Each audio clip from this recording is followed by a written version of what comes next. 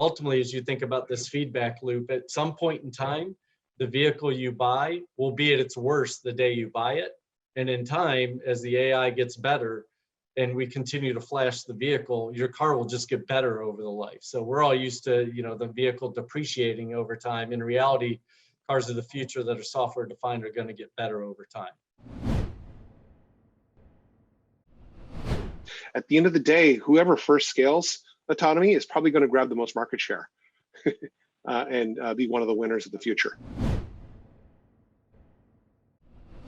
People talk all day long about training and models, but it's really about building applications. And this is where you have to bring a lot more disciplines into the mix. Data science is just one discipline. You know, you have developers and software, you have data engineering, stream processing, you have DevOps, CI/CD pipelines. You know, how do you do retraining after you collect more labeled data? So you can you want to create more accurate model, and then you need to monitor all those models. So I think the key challenge is that people underestimate the overall thing that it takes in order to build such an application. It goes beyond, you know, the training and building a model, and that's it. The short answer to, you know, is data a problem is yes. We're talking such massive amounts of data. And it's not so much just the amounts, but it's also, we're working with customers to help them identify the quality of the data, which is what really counts. Or we see the value of the data is in the translation of the data.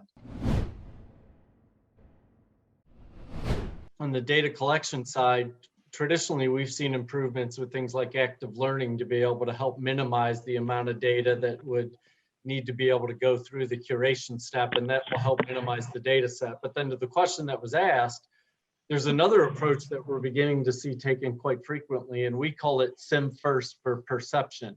So think of it as using synthetic data early in your perception development efforts to actually potentially create data sets that are representative of the entire world. And that's in the beginning of you developing the model. But then as you collect data, now imagine you're introducing all the ground truth data in to improve the effectiveness of the DNNs on top of that SIM first data that you used. And at the end, imagine all you have left is a layer of synthetic data that's used to train DNNs for rare and dangerous corner cases. So you wouldn't send a bicyclist out to cut in front of a moving car to collect real data on that to train a model. So those end up actually being trained on synthetic data, but everything else ends up getting normalized and most effective, starting out with SIM, but then going to real ground truth data that's collected. Overall, I would certainly encourage everyone to basically spend more time transacting against the data and leveraging that data to build a better autonomy stack instead of wasting much time and money and shifting data around to different locales. So basically, I've kind of summarized it into 4 best practices. Number 1, regular lifecycle security assessments of AI components. Number 2, continuous risk assessment processes supported by threat intelligence to identify potential AI risks and emerging threats.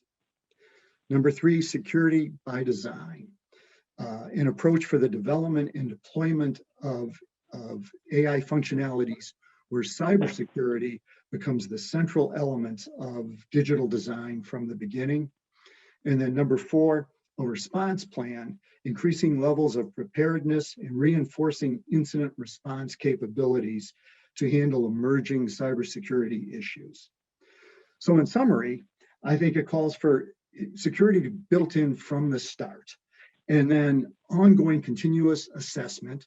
So it's kind of like using AI, security AI, to monitor the AI of the vehicle data and processes. And then finally, a response plan if things go wrong.